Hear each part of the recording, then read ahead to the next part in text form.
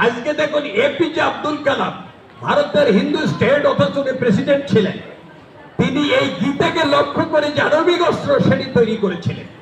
সবার যোগ্যতা এবং সামর্থ্য আমাদের সমান নয়। আপনি আমি একই তিনি সরাল ধরায় বিবৃত হয়েছি, কিন্তু আপনার মেধা আপনার যোগ্যতা যত তাড়াতাড়ি নিয়ে যেতে পারবে আমি তা পারবো না। এখানে কান্তজির চতুর্পার্শ্বে যতগুলো আমরা হিন্দু আছি, সনাতন ধর্মাবলম্বী আছি, সেই মোতাবেক কি লোক এখানে উপস্থিত আছে? কেন নাই? ভালো লাগে না, কারণ এখানে উপস্থিত থাকা আমাদের সবাই দরকার, কিন্তু কেন নাই?